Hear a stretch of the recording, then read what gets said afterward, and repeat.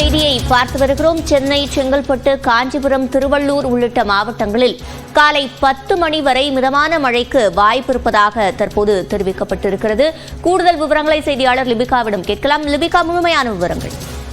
சிவரஞ்சனி, தமிழகத்தில் மேற்கு திசை காற்றின் வேகம் 6 காரணமாக தற்போது வருகின்ற 1ஆம் தேதி வரை மழைக்கான வாய்ப்பு இருப்பதாக ஏற்கனவே சென்னை வானிலை ஆய்வு மையம் தகவல் விடுத்திருந்தது. இந்த நிலையில் நேற்று நள்ளிரவு முதலே சென்னையின் பல்வேறு பகுதிகளில் மிக கனமழை வரை பெய்து வருகிறது. தொடர்ந்து தற்போது சென்னை, செங்கல்பட்டு, காஞ்சிபுரம், திருவள்ளூர் ஆகிய 4 மாவட்டங்களுக்கு அடுத்த 3 மணி நேரத்திற்கு லேசானது முதல் மிதமான மழைக்கு வாய்ப்பு இருப்பதாக சென்னை வானிலை ஆய்வு மையம் தகவல் தெரிவித்திருக்கிறது. தொடர்ச்சியாக நேற்று மாலை முதலே சென்னையின் நகரின் பல்வேறு பகுதிகளில் மிக கனமழை வரை பெய்து வரக்கூடிய நிலையில் தொடர்ந்து மழைக்கான வாய்ப்பு நீடிக்கும் எனவும் தற்போது தகவல் தெரிவிக்கப்பட்டிருக்கின்றது.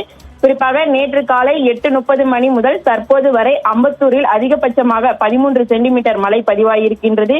சென்னையில் மட்டுமே 20 இடங்கள்ல கனமழை பதிவாயிருக்கக்கூடிய நிலையில் 3 இடங்களில் மிக கனமழையும் பதிவாகியிருக்கின்றது. அம்பத்தூர், வானகரம், அதே போன்று மலர் காலனி ஆகிய 3 இடங்களிலும் மிக கனமழை பதிவாகியிருக்கின்றது.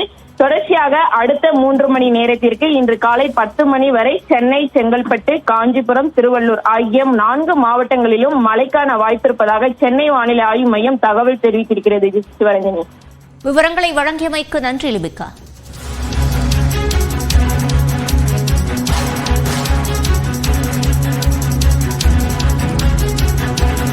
சென்னை புறநகர் பகுதிகளில் பெய்த மழையால் தற்போது 35 விமானங்களின் சேவை பாதிக்கப்பட்டிருக்கிறது.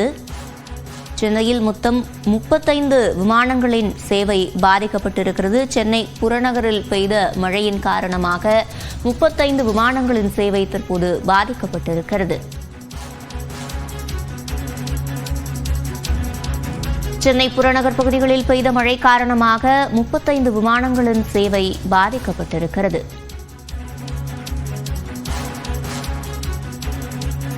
டெல்லி, மும்பை, பெங்களூருவில் இருந்து வந்த 12 விமானங்கள் தரையிறங்க மிகவும் தாமதமானது.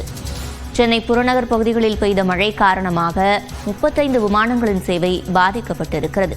டெல்லி, மும்பை, பெங்களூருவில் இருந்து வந்த 12 விமானங்கள் தரையிறங்க இதனால் மிகவும் தாமதம் ஏற்பட்டது.